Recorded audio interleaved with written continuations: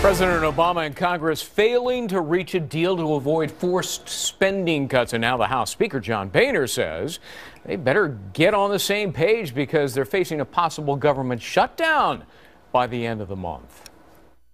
The House is going to move a continuing resolution next week to fund the government past March 27th. And I'm hopeful that we won't have to deal with the threat of a government shutdown while we're dealing with the sequester at the same time. In the meantime, President Obama says he's appealing to a, quote, caucus of common sense on Capitol Hill. The majority of the American people agree with me and this approach, including, by the way, a majority of Republicans. We just need Republicans in Congress to catch up with their own party and their country on this. And if they did so, we could make a lot of progress. Can they come to an agreement? I know that sounds odd because we're talking about Washington, but let's bring in our political insiders. John LeBoutillier, former Republican congressman for New York. Pat Caddel, Fox News contributor, former pollster for President Jimmy Carter. Doug Schoen, a Fox News contributor, former pollster for Bill Clinton. Gentlemen, good to see you both. Good to see you. All right, now you think, Doug, that the president ate the GOP's lunch. Why? Oh, absolutely. Look, the president was out there talking, as you said, about a common sense set of policy. He's talking about a balanced approach. But the sequester has to be seen, Greg, in the context of the Violence Against Women Act, which was put forward successfully last week by the Democrats. It's on nobody's radar. But when you add that in to the gay marriage issue in the Supreme Court, the voting rights, and the fact that the budget is an issue that the Democrats have a 20-point lead on. This is about the evisceration of the Republican Party, Greg, albeit at a time when everybody is angry. I mean, this is way out of order, but if you can put it up, Christine. I mean, the Fox News poll, American voters are fed up with, obviously, high gas prices. But you look at the other stuff, and look at it. I mean, they're sick and tired of the deficit, and they're not talking about... Right. You know, the Defense of Women Act, Violence Against Women, too much government spending, 79%, gridlocking Washington, 78% back. Yeah, well, and if we put rising food prices, that would have also been at the top because that's killing, you know, housewives and mothers and others. Look, the fact is, I disagree a little bit. I think Obama did have a big week, starting with Michelle Obama's visit to the Academy Awards, which is another matter, which was really... I think this week was the president's. But it was a nice $9,000 dress during what is essentially a recession. But anyway, when we have a recession. Meanwhile, what's really happening, as that poll indicates, and there's another number we have in the Fox poll, which is how people think the economy is going, this huge dip that we have. People are suffering out there, and no one in Washington is talking about it. I think the president won the week because the Republicans... short term don't know how to do this, but long term, can we put up the Fox poll that Pat just referred to? This is the one, how's the economy feel to your family? And boy, I got to tell you, it's really taken a nosedive here. Look at these numbers. Well, you've had the weight, in personal income took a dive last month because of the taxes.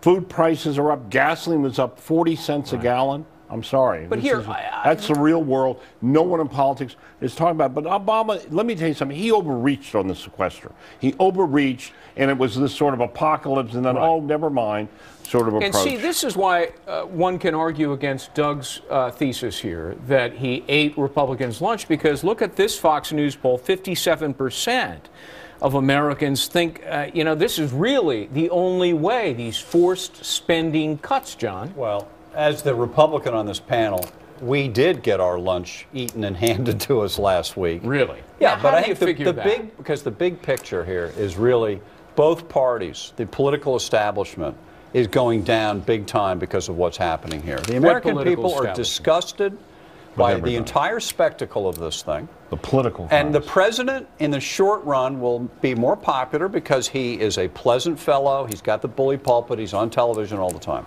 There is no single Republican speaking. There's no Republican message, well, John. But the messengers that we see are John McCain, a loser 4 years ago. Now, today, we have Mitt Romney reappearing on Fox.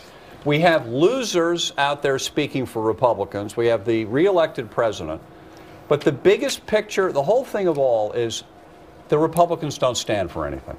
Their message is analogous to that They stand for spending cuts and no tax increases. Right, Well, and that's losing by 20 points, Greg, because the Republicans have no program for hope, for growth, for opportunity, for job creation, anything optimistic. They just lack it. Well, they would have, this lack of narrative they have, but you have the other thing on this, which is, I wish Boehner, instead of leaving town, you know what, there's no message, if you watched his interview that he had today, where he said anything like, we're holding the line here because people are suffering. They don't need more taxes. There's no identification with what real people are going for or feeling in this country. And I'm telling you this, the American people rightfully had it with the political class. You saw what happened in Italy, where the party of basically screw you got finished third, basically. This kind of attitude in this country, mainly because the political class enriches itself in Washington, can't get anything done, and cannot speak for ordinary people. And that's what Republicans great many people need to think do. they need term limits in Washington, D.C. to get rid of all the career politicians and hacks. We're not going to have that.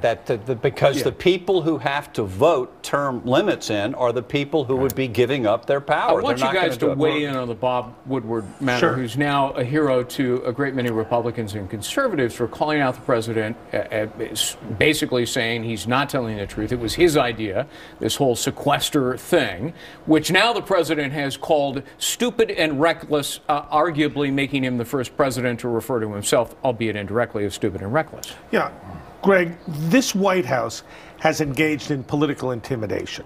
They tried it, as the Gene Sperling comments suggest, with Bob Woodward. Are they bigger bulliers than Nixon? I think they are. Pat was advising Democrats, then ran for president. I see them as bullying everyone all the time. You're saying Obama is a bigger bully than Richard Nixon? Yeah. Oh, I think Weren't you on the list? I was the youngest person on Nixon's enemies list. I can tell you, I can smell the game when it's happening. Am I right, Pat?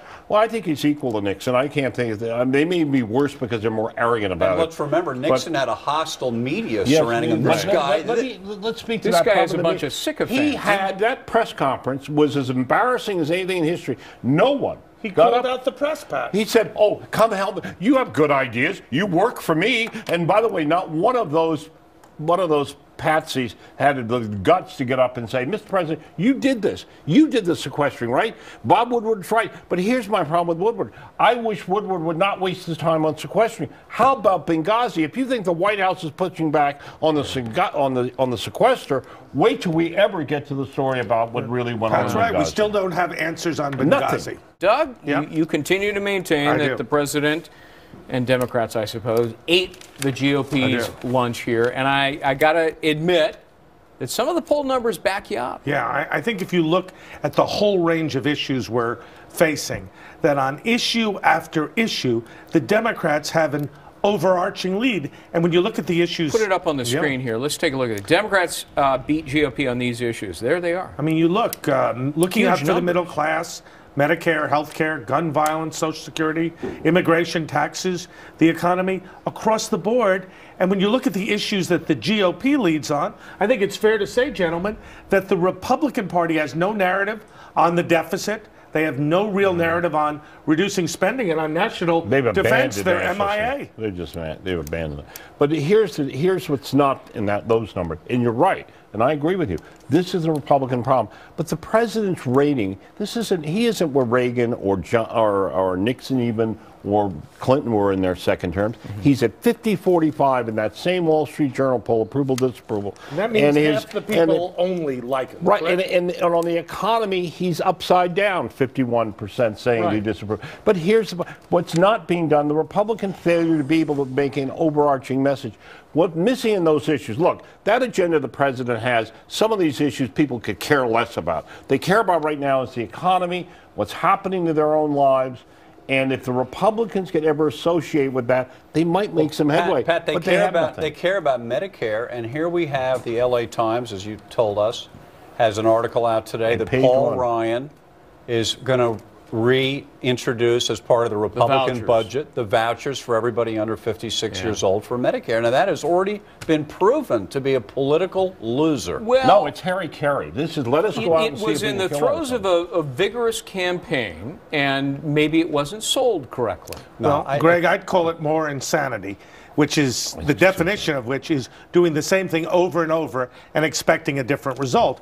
It was proven in the campaign that it didn't work. Ryan didn't add anything to the ticket. And to go back to that when they're losing on Medicare is a stone-cold loser. But look, he was being demagogued with granny over the cliff ads. And now that the campaign is over, maybe that would change. The problem, I don't think so. No. And the problem for the Republicans, we saw it about the middle class. The problem is they keep wanting to prescribe the pain medicine before we get to prescription. They have never made a case to the country about the moral necessity of getting a consensus in this country, including among Republicans, that we have to do something about entitlements. Right. Remember, the sequester... Or about economic growth. John, what do Republicans need to do? You're a Republican.